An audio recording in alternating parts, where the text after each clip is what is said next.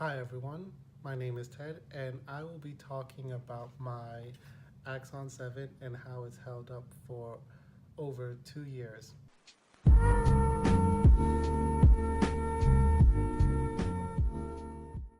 This is the second flagship I've had and it's also the longest I've had. My first flagship phone was the Sony Xperia Z2. That got a damaged sensor so I couldn't take photos with it, and I love taking pictures with my phone. In 2016, my choice was either the OnePlus 3 or the Axon 7. And the Axon 7 ended up winning because it had um, dual front-facing speakers, a higher uh, PPI AMOLED display, and an SD card slot. Gotta love an SD card slot. And also, it had a great deals with it. I got it from Newegg for $400, and it oh, came with these headphones, and I wasn't even charged tax, so it was a great spend altogether. First, the speakers still sound great. Let me show you. There's no crackling or tinniness. It didn't like play music too loud and then all of a sudden got broken. So yep, still sounds great.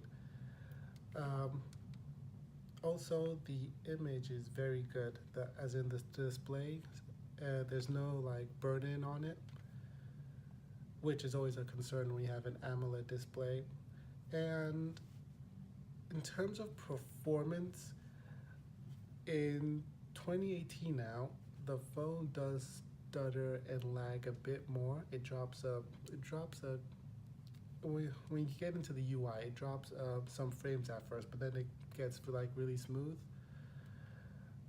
But it also overheats a lot more than it did in the past, and it overheats, when I'm shooting a lot of raw photos in the camera app, and it overheats when I play certain games like Telltale, The Walking Dead, or Reigns, which is a weird one. Like Reigns is like a card-based sort of game. Like it's not like very graphic intensive, so I don't know why it overheats when I play that game.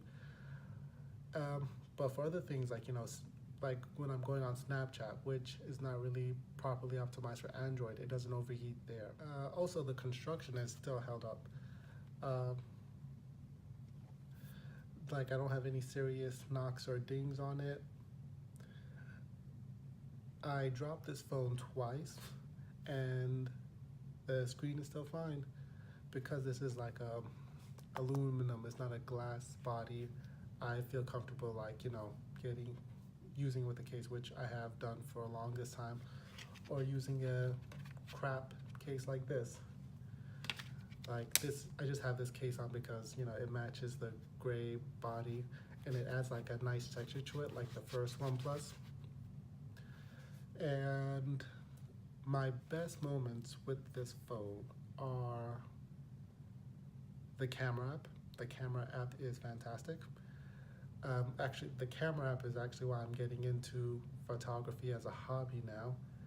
I mean, I'll show you in the B-roll, but another great thing this phone is the Quick Charge 3.0. Even though the battery has not aged nicely, like it drains kind of fast now. Like if I use this phone a lot when I'm at home, my daily driver is actually the iPhone 8 Plus, which is what I'm filming now. Hey. But I do still use this phone a lot when I'm home because I'm an Android person at heart, and the apps I've paid money on apps that I still like to use, like especially like the games and stuff, or Phoenix for Twitter. And even though the battery just charges fast, Quick Charge 3.0, like within 30 minutes, I'm back up to 80% again, which is really nice. Bad moments I've had with this phone. Let me show you. It's actually it's the construction. Like the screen, like it has this 2.5D glass, so it's hard to find a really good screen protector that will cover the glass and not interfere with a case such as this or the case that comes in the box. To this day, I still have not succeeded. Um, Another bad moment was the Oreo update that never came. Um, the Oreo update was promised, but then ZT got in trouble with the U.S. But I'm still hopeful that the Oreo update is gonna come.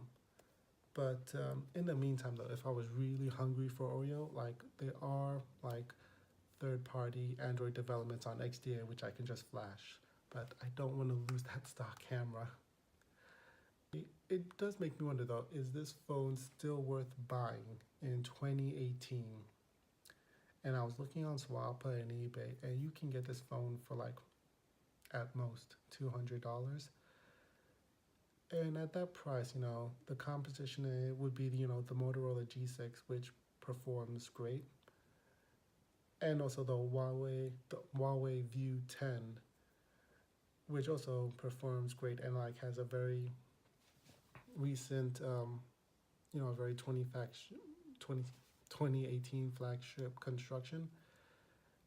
And I would say no on the Huawei, just because I'm biased against them with all the shady stuff they've been doing recently in terms of promotion.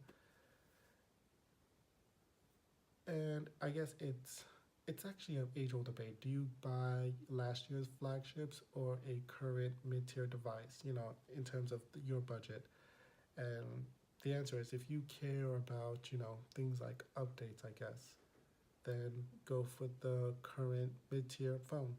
But, if you just want to pay attention to the hardware that you're getting, then go ahead with, a 2-year-old flagship, which is still relevant and it's still very useful. Okay, and thank you guys for watching. You guys have a good day. Oh, let me know in the comments if you guys are actually excited for like the Axon 9, because I am.